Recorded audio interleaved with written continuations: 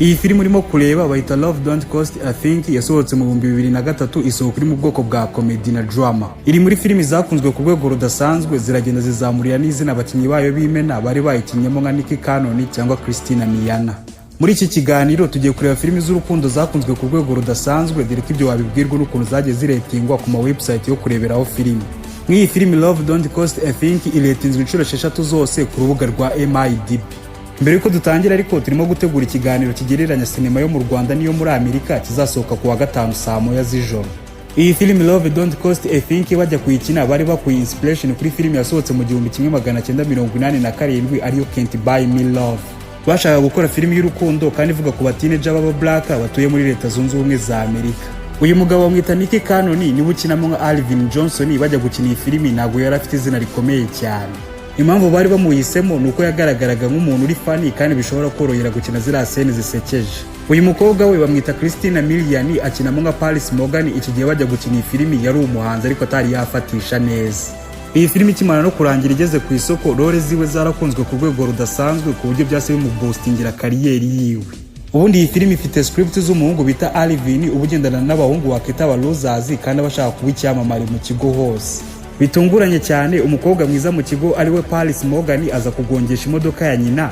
Uyu Alvin akamwemerera kuyimukorera ariko kuri kondisiyo imwe yuko bagomba kudatinga mu byumweru 2 kugira ngo nawe abicyamamare. Mu mpamvu zatumye bakora iyi script bashaka kwereka urubyiruko yuko kuba icyamamare bigenda bizana inshuti zitari izanyazo, bikazana pressure no kwibura wowe ubwawe. Gusa ibyo byose bakabikora bashyizemo scene nyinshi za romance na comedy ku buryo filimi izakomeza kuba more dramatic. Iyi filimi ikimara gusohoka, uyu mugabo Steve Harvey yarakunzwe ku rwego rudasanzwe kubera ukuntu scene ziwe yazikinye neza. Uyu Steve Harvey muri role ziwe yari afite script zo gusunikira uyu mwana wiwe kuba icyamamare no kujya mu bakobwa, bimwe mu bintu ubundi bidasanzwe ku mubyeyi. Izo role akazikina avuga amagambo atangaje kandi ari na serie, bimwe mu bintu byatumye role ziwe zikundwa ku rwego ruri hejuru. Mbere ko banatangira gushutinga iyi filimi barabanje bahuzuye Nicky Cannon n'uyu mukobwa Christina Milian kugira ngo bapime chemistry yabo. Ibyo byose byari kugira ngo babanze bamenyerane, ziriya scene zabo bazazikine bisanzuye babashe kurekura amarangamutima yabo yose. Iyi filimi yasohotse mu 2003 ijya kurangira itwaye budget ya miliyoni 10 zose kandi yanadirectinzwe na director Troy Bay. Ikimara gusohoka yasinjiza miliyoni 23 n'ibihumbi 700 by'amadolari. Ayo nayazwi dore ko ari n'ayandi yagiye acururizwa kuri za DVD. Iyi filimi ugomba kuyireba niba utari wayireba mbere yuko Saint Valentin igera. Iyi yo bayita Forever My Girl yasohotse mu 2018, iri mu bwoko bwa romantic drama. Iyi filimi yarakuzwe ku rwego rudasanzwe, ibaze ko iretinzwe inshuro 6.6 ku rubuga rwa MIDB n'inshuro 78 ku rubuga rwa Rotten Tomatoes. Abakinnyi bayo b'imena n'uyu muhungu Alex Roy ukinamo nka Liam Page n'uyu mukobwa Jessica Lode ukinamo nka Joss. Ubundi iyi filimi yari yanditse mu gatabo ka novela ariko director wa Bethany Ashton Wolf ahitamo kuza kuyikorera filimi. Uyu mugabo Liam Page abakundana n'uyu mugore Joss, ariko uyu Liam abazi kuririmba ku rwego ruri hejuru, indirimbo ziri mu bwoko bwa country music.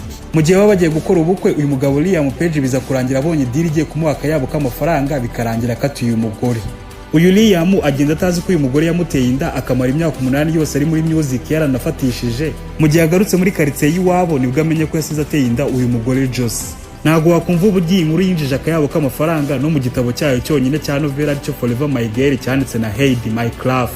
Mu gushutinga iyi filimi bagiye bakora amariteke menshi kuko bashaka kuzira scene z'amarangamutima zigaragara nk'izanyazo koko. Hari n'igihe director wabo Wolf yababwiraga kwibuka ibintu bibi byababayeho kugira ngo baze kurikura amarangamutima yabo yose. Izo scene z'amarangamutima barazitonderaga ku rwego rudasanzwe, niyo mpamvu wabonye nyira scene Joss arimo kurira igaragara nk'iya nyayo koko. Mu gihe babaga barimo gushutinga ziriya scene zo kuririmba, uriya mugabo Alex Roy niwe wazikuriraga bya nyabyo, ntabwo bigeze bakora cycling. Kugira ngo ukomeze wumve uburyo iyi filimi yakunzwe, ikimara gusohoka yahise ikundisha abantu ino njyana ya country ku rwego rudasanzwe, cyane cyane muri Leta Zunze Ubumwe za Amerika mu mujyi wa Georgia. Iyi filimi yatwaye budget ntoya, dore ko yatwaye budget ya miliyoni 3,500 by'amadolari, ikimara kugera ku isoko itayinjiza miliyoni 16,500. Nubikalculatinga neza uratumva ko bungutse hafi inshuro 6 zose zayo bashoye, kandi aho ni muri cinema gusa, ntago tuvugiyemo ku ma DVD. Iyi filimi yo bayita The Best of Me yasohotse mu 2014, iri mu bwoko bwa romantic drama. Nayo iri muri filimi za romantic zakunzwe ku rwego rudasanzwe, dore ko iretinzwe inshuro 6.7, bivuze ko irusha igice kimwe iriya tuvuyeho. Iyi nayo mu bintu byatumye ikundwa cyane nuko yari ivuye mu gitabo cya novela aricyo cya Nicholas Sparks. Iyi filimi ivuga ku muhungu Dawson n'umukobwa Amanda baza gukundana ku rwego ruri hejuru ariko bakaza gutandukanywa n'urupfu rw'inshuti yabo biza no gutuma Dawson ajya gufungwa. Mu gihe bari bo gushutinga iyi filimi bari kuza guhura n'ikibazo gikomeye cyane dore ko bari gushutinga scene za Dawson na Amanda bakiri abana n'izindi barakuze. Ibi byatumye iyi filimi igira aba main actor bane kandi bagombaga kuba basa ku rwego ruri hejuru ku buryo nta errors azazamo. Director w'iyi filimi yari Michelle Hoffman arimo gukinisha iyi filimi yari abizi ko ari kuza guhura n'ikibazo gikomeye cyane cyo gutuma abakinnyi barekura amarangamutima yabo yose. N'iriya scene ya nyuma iri muri scene zabagoye ku rwego rudasanzwe kuko director wabo yashaka ko amarangamutima yabo yose asohoka ku buryo bakoze take zose zirenga 10. Nureba iyi filimi uzabonamo agasena w'uyu mukobwa Amanda yica imodoka yiwe kugira ngo aze kuvugana n'uyu muhungu Dawson, dore ko uyu Dawson aba azi ibintu byerekeranye n'imodoka ku rwego ruri hejuru. Aka gasene kazamuye amarangamutima y'abafana ku rwego rudasanzwe. Nuza gusoma neza ku rubuga rwa Vulture uraza kubisoma neza iby'aka gasene. Iyi filimi yagiye kurangira itwaye budget ya $26 z'amadolari ikimara kugera ku isoko yinjiza box office ya $91,400. Iyi nyungu ni nyinshi cyane kuri filimi iri mu bwoko bwa romantic kandi yanasohotse mu 2014. Iyi filimi yo bayita The Fault in Our Stars yasohotse mu 2014 ibaze ko rating 6.7 ku rubuga rwa IMDb. Abantu batoye kugira ngo rating kuri uriya mubare ni 421 bose. Ubundi inspiration y'iyi filimi yaturutse ku mukobwa Esther Ely. Umugabo wanditse iyi filimi ariwe John Green yari ari kuri set ya filimi ya Harry Potter. Agiye kubona haje umukobwa ufite utuntu mu mazuru tugenda tumwongerera umwuka ariwe Esther n'ubundi wari urwaye kanseri. Aha niwe yasakura igitekerezo cyo kwandika iyi nkuru The Fault in Our Stars nyuma yaje no kuvamo filimi. Nureba iyi filimi uzabonamo umukobwa Grace urwaye kanseri y'ibihaha bikaza kurangira agiye muri Cancer Supporting Group. Iyi group aza guhuriramo n'umuhungu Augustine uba waragize ikibazo cya estokoma akaza no kubura ukuguru kwiwe. Abakari babiri baza gukundana ariko bakazaza baca mu bihe bibi dore ko baba barwaye indwara zidakira. Mu gihe bari barimo gukina iyi filimi bano bakinnyi babiri bari baziranye, bimwe mu bintu byatumye amarangamutima yabo bayasohora neza, scene zikazagaragara nk'izanyazo koko. Nubwo iyi filimi yakunzwe n'umubare mwinshi w'abantu, ari abantu benshi bagiye bayitangaho critique kubera ukuntu irangira nabi umwe mu bakinnyi b'imena Augustine yitabye Imana.